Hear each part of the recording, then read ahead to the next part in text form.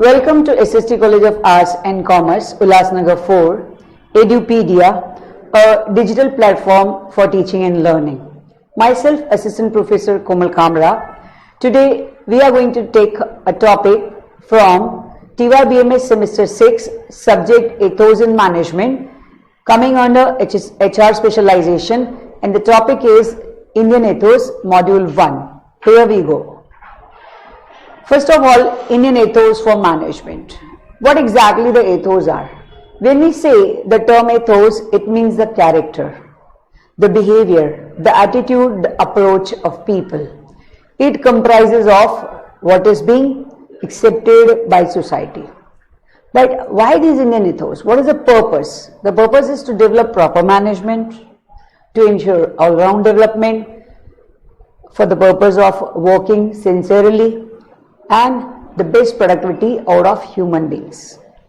Now, what are the basics or basic features of Indian ethos? First feature is universal truth.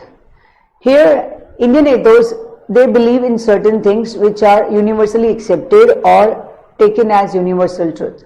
That is, human beings or humanity is universal truth. Next is divinity of human being. We are the departed souls of Divine Lord or Supreme Power. That is another feature. We are calling it divinity of human beings. Next is spiritual values. In India, Indian ethos are based on Indian spiritual values. That means we believe that supreme power or spiritual upliftment is equally important as materialistic upliftment or development.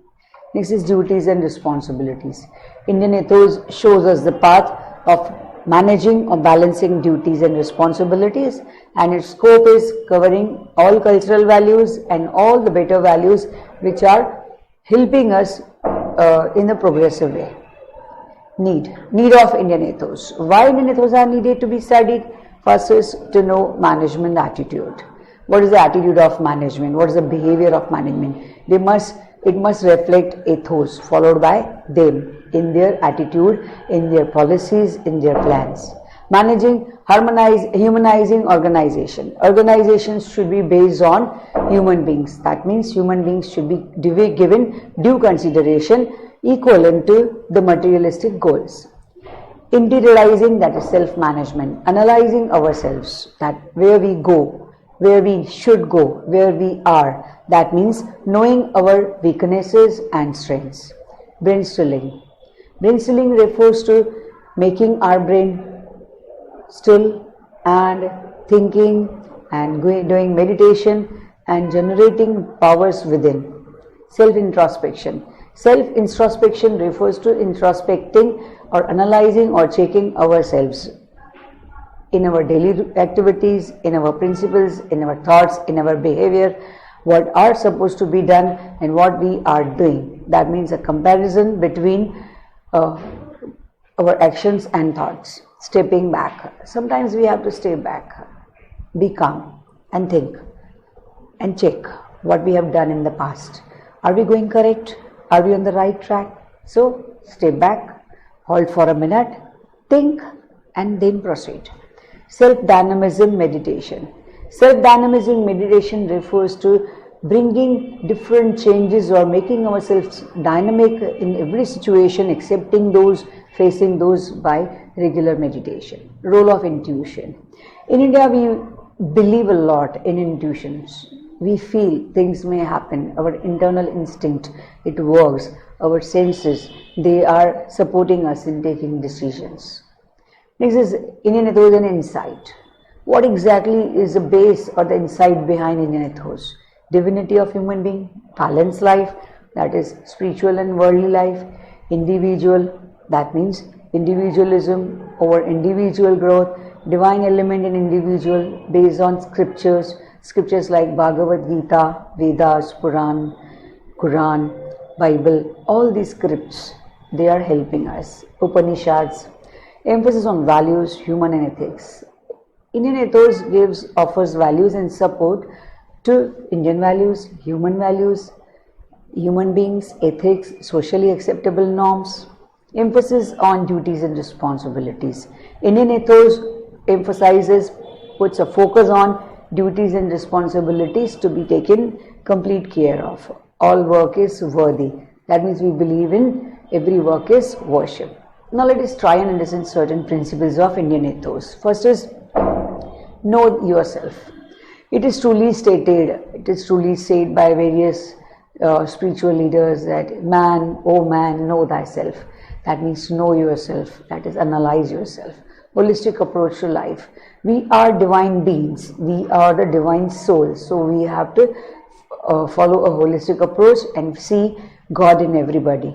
Seva or service attitude. We must possess the attitude or approach of serving people, those who are in need. If we are capable, we must offer our best services. Maybe best services may be physical services, mental services, or financial services. Self-sacrifice, that is ego sublimation. We have to kill our ego, forget our ego, and move on the lines of overall development and growth of everybody. That means we are not supposed to be self-centered. We have to sacrifice our ego for the well-being of everyone. Equal importance to subjectivity and objectivity. Indian ethos focuses on balancing between the world life and the spiritual life. That is why it is stated that focusing on subjectivity as well as objectivity. Now, how far it is related? Indian ethos relevance. First is maintain holistic universe, welfare, unique work culture, self-development, provides concentration, establishes value system. Now, before moving into Indian ethos and its usage, let us try and understand what our holy books and our scriptures give us as suggestion. 6 corporate lessons from Mahabharata. Corporate sectors and corporate culture can be incomplete without follow of ethos. Let us try and learn certain things from Mahabharata. Right mentor, choosing your mentor is the first thing when you set foot into the corporate world. That means you must have a right mentor. Teamwork with talent. That means you have to work in teams and make the use of your talents. Believe in second innings and many more. Once you fail, just go for the second time. Win the right allies. Go for the right alliances. Do not tie up with wrong people. Make promises sparingly. That means make promises easily, calmly, not in excitement, not in anger. Have the right ammunitions. That means be prepared, be well equipped before entering into or taking any challenge or task. Let us try and listen what Quran says in relation to the ethos. Principles of Islamic management driven from Quran. Honesty, be honest. Efficiency, give your best. Patriotism, love your country. Right man in the right place.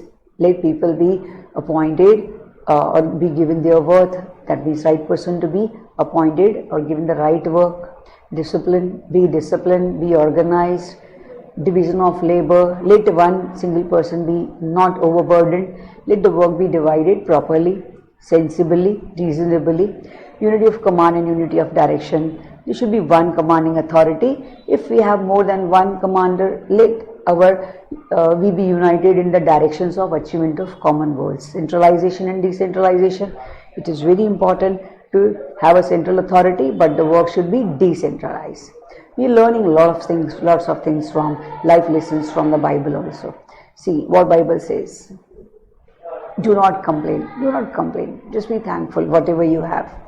Do not disobey God. What God has said in the form of being good human being, just follow that.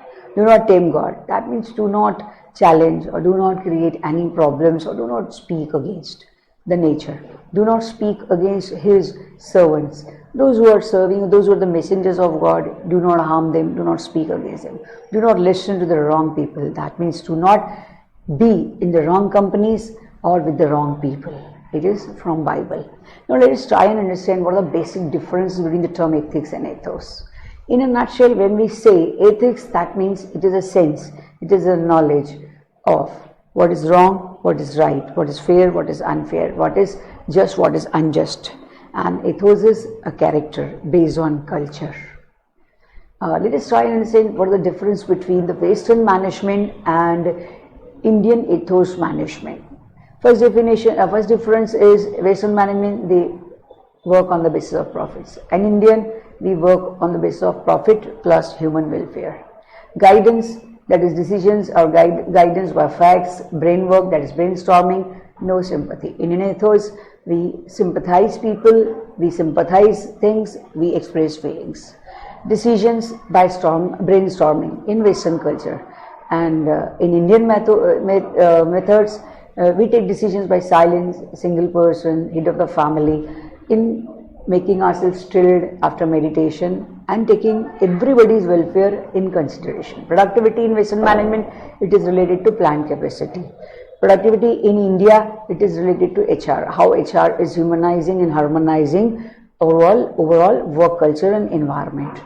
Another thing is planning result oriented. Here's strategy oriented. What is our strategy? Motivation in Western culture for higher needs, and here in India, we are being motivated for the basic needs. In Western culture, what are the company strength? That is performance based. Here in India, Indian ethos, leader based, company strength. Profits related to job only. Profits related to money, image, social work, etc. Corporate social responsibility, Indian ethos. Hygiene factor related to job. Here it is related to human aspects. Hygiene factor related to job and rights and duties, primary rights, duties secondary. Here duties first, rights rare or secondary. In Western culture, organization structure, it is position based. Different positions, different structural positions. In India, importance based, need based. Growth in Western management concept, it is by competitive strength. More you become competitively strong, more you achieve. Here in India, it is by influence, reservations and subsidies. And training in Western culture or Western management, it's on the basis of skills. Here training, it is values, based on values, discipline, responsibilities.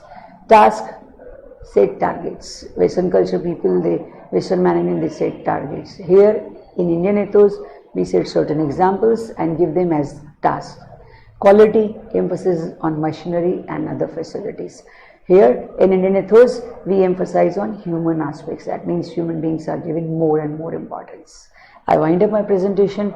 I thank everybody for their cooperation and patient listening. Thank you very much.